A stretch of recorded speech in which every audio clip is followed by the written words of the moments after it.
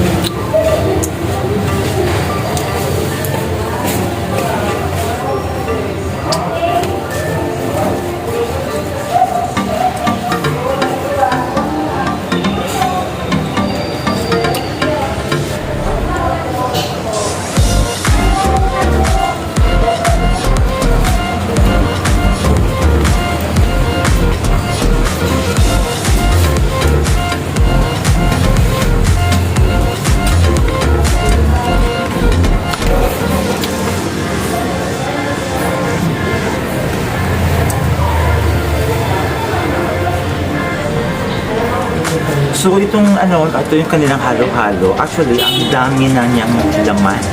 And nakakabusog na ito mga kalabidabs, no? And also, yung halo-halo kasi, hindi lang siya perfect for summer. Kahit nasa malamig, pwede ka kumain ng halo-halo. And hindi na po kayo lugi sa worth 75 pesos kasi sobrang laki na po talaga ng kanyang lalagyan at hindi tinipid sa ingredients, no?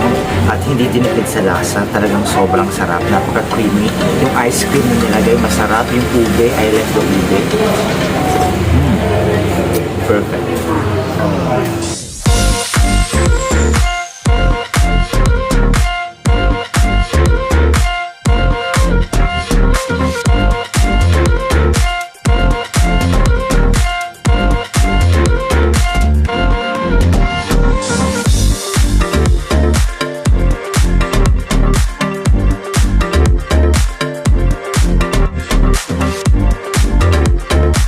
Ito mga kalabidabs, no? Yan, naubos na natin yung halo-halo.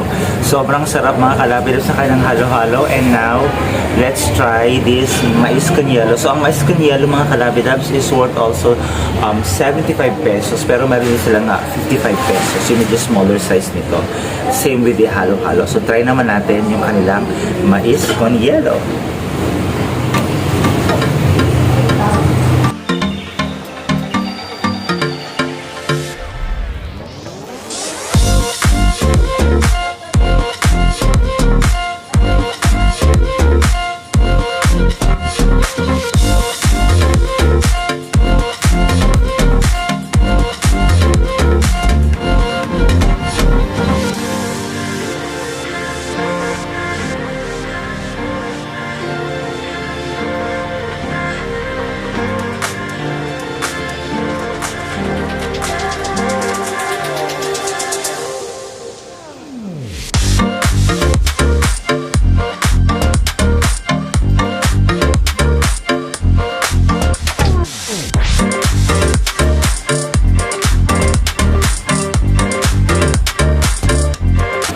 In fairness, yung kanilang mais con yelo is also delicious mga kalabidabs.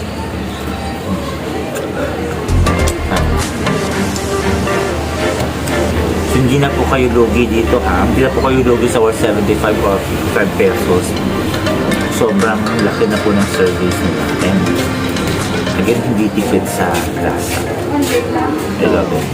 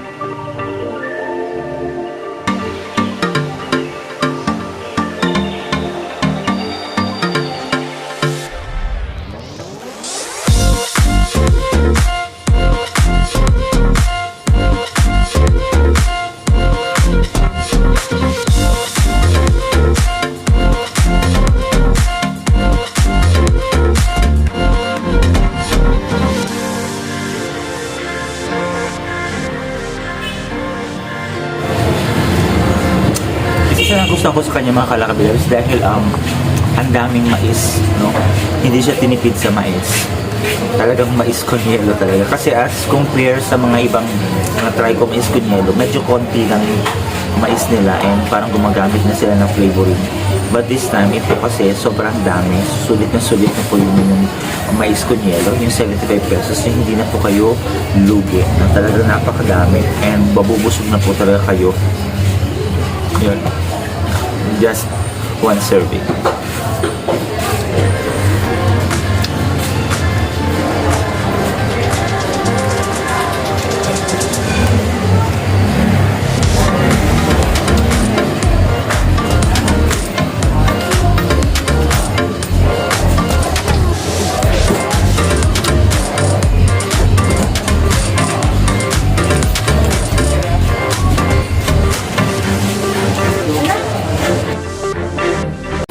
Sobrang sarap parehas ito, mais con yelo and halo-halo, naubos ko talaga. And yung mga gusto pong itry yung kanilang halo-halo and of course mais con yelo, again meron silang dalawang klase, no? Meron sizes, yung mayroon silang 55 pesos and 75 pesos. So sobrang laki na po yan, hindi na pa kayo lugi. And sa mga gusto po mag-try, punta na po kayo sa Hora dito lamang yan sa Legazpi City, likod ng Lucky Educational Supply. So tara at puntahan na natin ang La Hora del Tea.